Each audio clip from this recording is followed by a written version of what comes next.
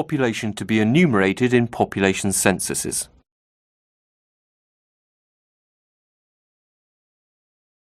The goal of a population census is to count every person once and only once at the place where they live. For many, perhaps the majority of people, this is a straightforward thing to do. But for an increasing number of people, this is not so simple. For example, there are people with more than one address, children who live part-time with divorced or separated parents, and those who have no fixed address, and people who do not wish to be counted. In the international context, it is very important that each person is counted as a resident in one country only, and should not be counted in 2 or more countries, or not counted anywhere. The 3 main ways in which a population may be defined and counted are present population count, service population count, usual resident population count.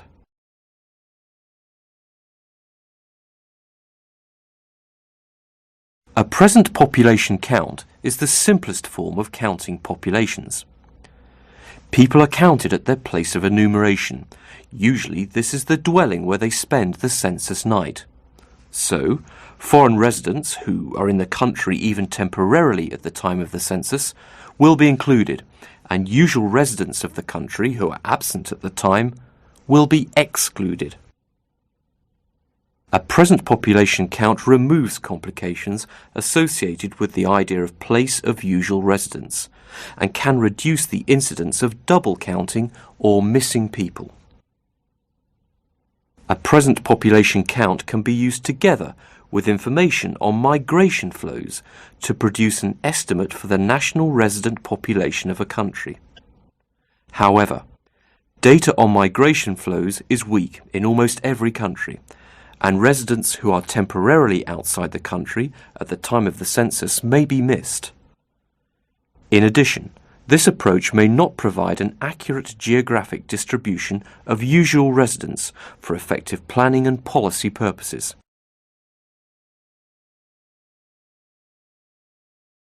Another population definition that may meet a country's need is the service population count.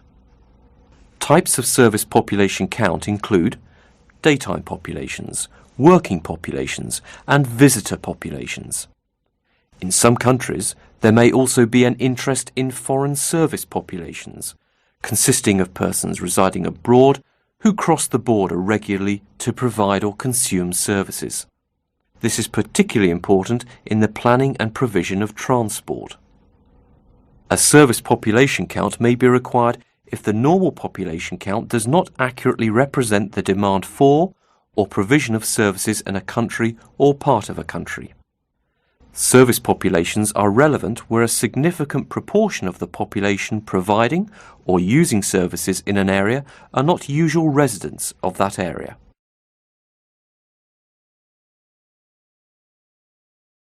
A usual resident population count is a count of all usual residents of a country at the time of the census. The purpose of counting the usual resident population instead of the present population is to have a better set of information for planning and policy purposes on the number and characteristics of people and households who actually live in a place or country, rather than including people who are only present at the time of the census. Because many countries adopt the usual residence approach, we will explore the concept of usual residence in more detail. It is important to remember that different concepts of usual residence can and are adopted. Countries can apply any definition that best suits their internal needs. However, it is also important to have common definitions for international comparisons and to compile population counts across different countries.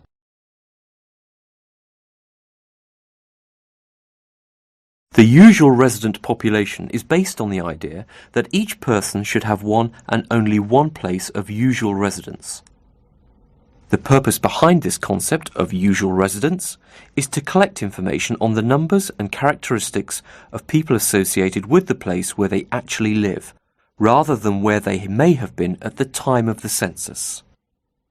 Unfortunately, it is becoming increasingly difficult to understand and define a person's usual residence. For example, members of the household may move across borders to work while maintaining a residence in another country. Within a country, people may maintain multiple residences for economic and other reasons. Young children may share living arrangements with separated or divorced parents, and school-aged children may live away from their parents.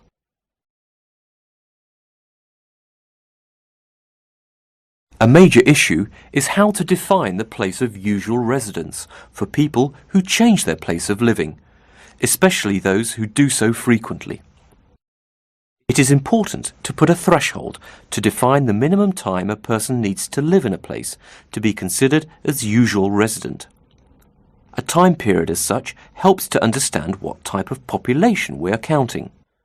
All countries that adopt the concept of usual residence make reference to time threshold: 3, 6, or 12 months. Each country may have different views on how long the threshold should be. This depends on the purposes for which the statistics are to be used. Short thresholds and long thresholds both have advantages and disadvantages.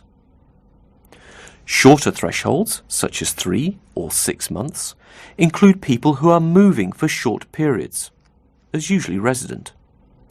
Longer thresholds, say 12 months, consider people who are out of the country for shorter periods as usual residents.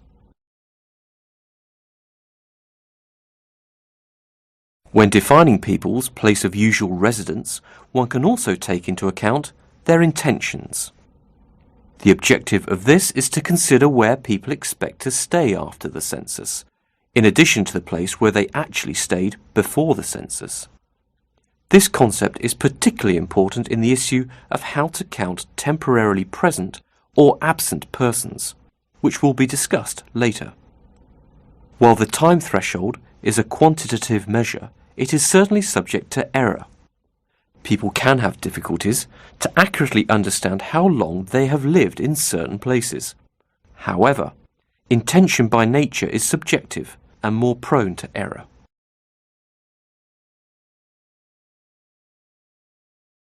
In view of the 2010 censuses, the Conference of European Statisticians agreed that for international comparability, the census population count should be based on the concept of usual residence with the 12 months threshold. More precisely, only those persons who have lived in their place of usual residence for a continuous period of at least 12 months before census day, or who have arrived in their place of usual residence during the 12 months before the census day, with the intention of staying there for at least 1 year, should be considered as usual residents. Children born in the previous 12 months should be included. Countries are free to apply any definition that suits their purposes internally, and indeed some countries use different periods, such as 6 months. However, it is important for international comparisons that they are able to compile population figures using the internationally agreed definition based on the 12 months threshold, to ensure that people are consistently counted across countries and are only counted in one country. For the vast majority of people, this definition is straightforward. However, for people who move frequently, this may be difficult. We will now look at some of these movers and make some comments on how to deal with their situation.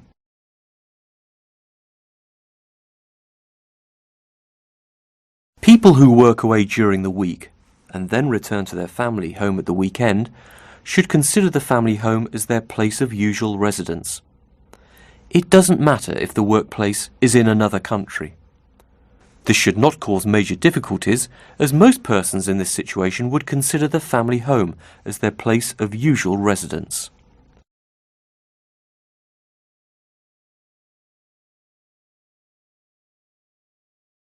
For those primary and secondary students who live away from home during the school term, Their home and not their place of study is their usual residence. In the case of third-level students studying at college or university, their term-time address is the place of usual residence. Some countries consider the family home the place of usual residence. The treatment of third-level students is not without controversy. Parents often list a child's usual residence as the household home rather than a college or university, because they see the college as temporary. However, for determining the impact on local services and conditions, it may be important to list students at the college or university. This can often result in double counting. While it is important to be clear about the rules for usual residence, this is one of the most difficult areas to maintain accuracy and consistency.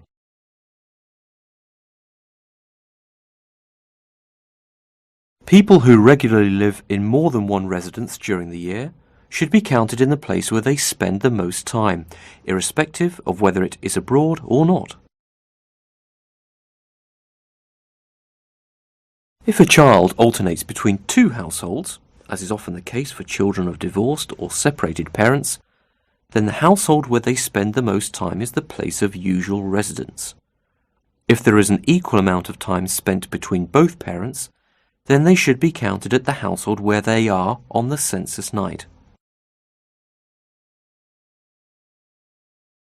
Homeless persons, roofless persons, nomads and vagrants are frequent movers without a regular place of residence.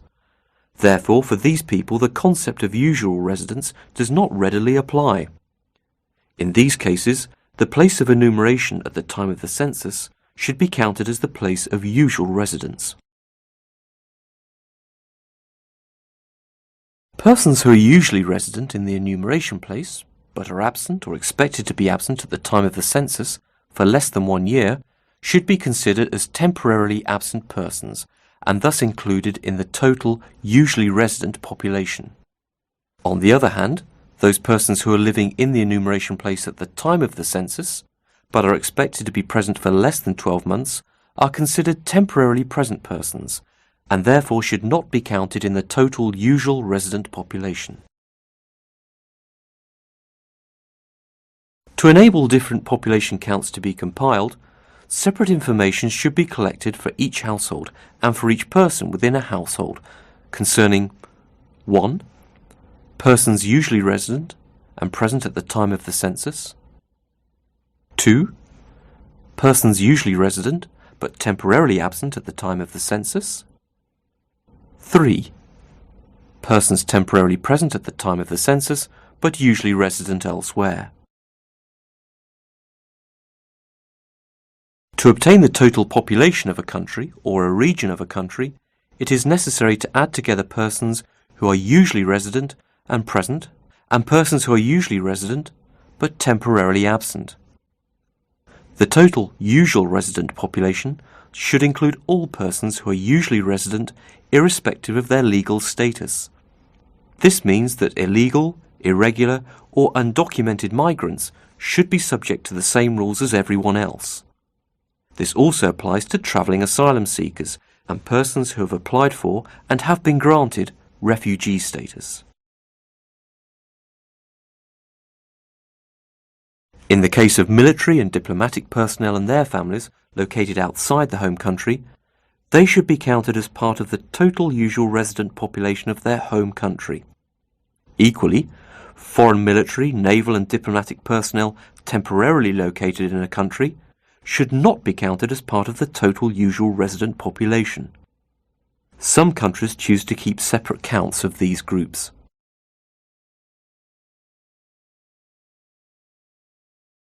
As we have seen, one of the most difficult and enduring problems in conducting a census is defining and obtaining consistent and accurate information on where a person lives. Deciding on the rules is just the first step. It is critical that census forms, especially when they are to be completed by the respondents, are clear as to what the rules are on the place of usual residence. Finally, enumerators must be well trained when they are the ones filling out the forms. However, even if all this is done, problems with consistency and accuracy remain. There are two reasons for this. The first is the difficulty people have in understanding the rules. The second is a reluctance or refusal by some people to follow the rules for defining usual residence. For example, in some countries, college-age students are to be counted at their school. Some parents do not agree with this and will include them at home, which may result in double counting. Double counting is one of the biggest problems in the census for many countries.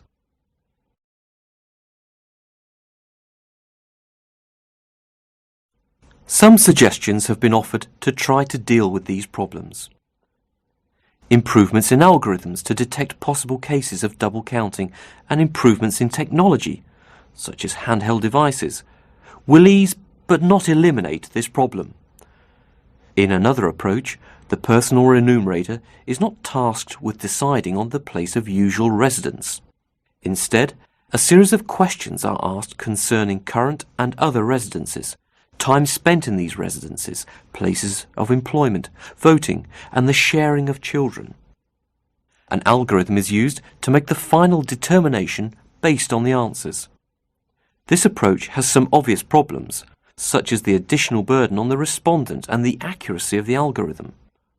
Approaches such as this show promise, but to date no alternative exists to setting rules for the definition of usual residence and asking people and/or enumerators to make a decision on usual residence. The international recommendations provide common definitions that, if adopted, allow comparability of census results across countries.